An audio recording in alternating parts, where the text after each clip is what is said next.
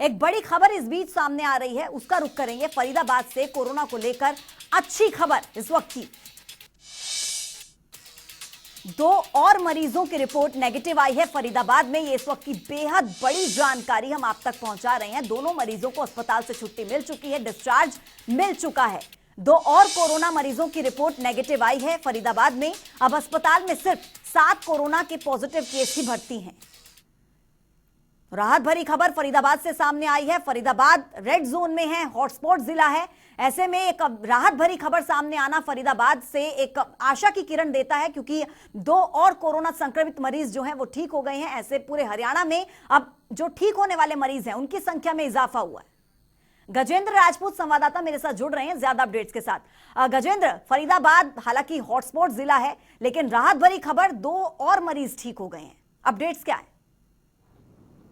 जी बिल्कुल, बता दूं कि फरीदाबाद जिस तरह से रेड जोन में है, हॉटस्पॉट इलाका है, और जहां जिस तरह से आंकड़े तेजी से बढ़े थे, कुल बढ़कर यहां पर 40 हो गए थे, लेकिन पिछले 24 घंटे में नया कोई मामला सामने नहीं आया है। और अगर बात करें ठीक होने वाली संख्या, तो 40 में से 39 लोग अब तक ठीक हो चुके हैं। और देर रात को ही 2 व्यक्तियों की नेगेटिव रिपोर्ट आई है। उसके बाद ये बढ़कर अब टोटल 7 व्यक्ति ऐसे हैं जिनका इलाज अभी भी अस्पताल में चल रहा है। जिस तरह से जितनी तेजी से आंकड़े यहाँ पर बढ़े थे, उतनी ही तेजी से लोग रिकवर कर रहे हैं। और स्वास्थ्य विभाग ने इस तरह से बीती रात जानकारी दी थी कि जो 7 व्यक्ति हैं वो भी बहुत जल्दी ठीक होकर घर जाएंगे। तो उम्मीद जताई जा रही है कि फरीदाबाद जल्दी रेड जोन से निकलकर ऑरेंज जोन या ग्रीन जोन में जा सकता है। बिल्कुल।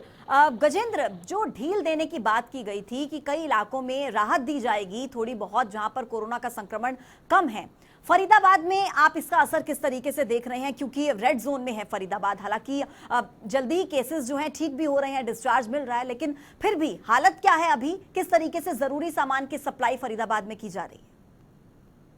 जी, अगर फरीदाबाद की स्थिति की बात करें तो फरीदाबाद में जो कुल टोटल जो 11 कंटेनमेंट जोन एरिया हैं, उनको छोड़कर उनमें किसी प्रकार की कोई भी ढील नहीं है, ना ही किसी को आने की अनुमति है, ना जाने की। पूरी तरह से वो इलाके सील किए हुए हैं। उसके अलावा फरीदाबाद में जितने भी एरिया हैं, सब में जो भी गली मोहल्ले की दुकानें हैं वो खोलने की परमिशन दे दी गई है। जरूरत के सामान की दुकानें वो भी खोलने की परमिशन दे दी गई है।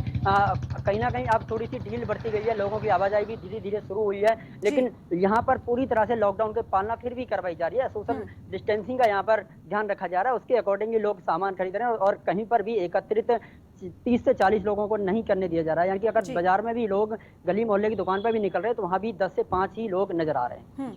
गजेंद्र, जैसे कि पहले भी लगातार सख्ती से लॉकडाउन का पालन किया गया, अब दूसरा चरण लॉकडाउन का चल रहा है। ऐसे में कई तस्वीरें सामने आई जब लॉकडाउन का लोग पालन नहीं कर रहे थे। अब जैसे थोड़ी सी राहत दी गई है, ऐसे में लोगों को समझाना थोड़ा और मुश्किल हो जाता है। पुलिस प्रशासन ऐसे में किस तरीके से काम कर रहा है? जहां जिन इलाकों में रियायत दी गई है, वहां पर क्या पुलिस प्रशासन की मुस्तैदी आप देख पा रहे हैं?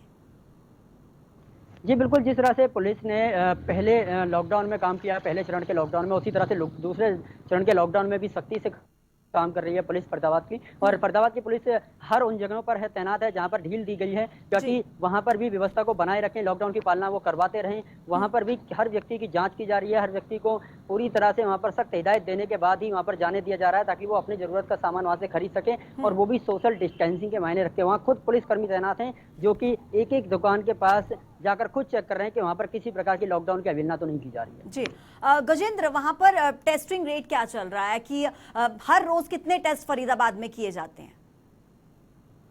जी, अगर टेस्टिंग की बात करें तो यहाँ पर अभी फिलहाल तो कोरोना संक्रमित व्यक्तियों के जिस तरह से आंकड़े कहीं ना कहीं रुके हैं, तो उसके हिसाब से रोजाना दर्जनों से ज़्यादा जो टेस्टिंग है वो यहाँ पर हो रही है। लेकिन फिलहाल जो अगर बात करें अवेटिंग सैंपलों की, तो यहाँ पर अभी भी 150 से ज़्यादा जो सैंपल हैं, परिणाम जिनके आने बाकी हैं, और उनके ऊपर कहीं ना कहीं नज़र स्वास्थ्य विभाग की भी गड़ी हुई है कि उन सैंपलों के रिजल्ट क्या आने वाले हैं। जी गजेंद्र, एक सवाल मैं यहाँ पर और पूछना चाहूंगी। सब्जी मंडी की कई जिलों की हमने तस्वीरें देखी, जहां पर लॉकडाउन का पालन लॉकडाउन के पहले दिन से ही, माफ कीजिएगा, लॉकडाउन के पहले दिन से ही, हालांकि सब्जी जो है जरूरी सेवा में आता है, तो सब्जी मंडियां खुली हैं, लोग वहां पर जाकर सब्जियां खरीद भी रहे हैं।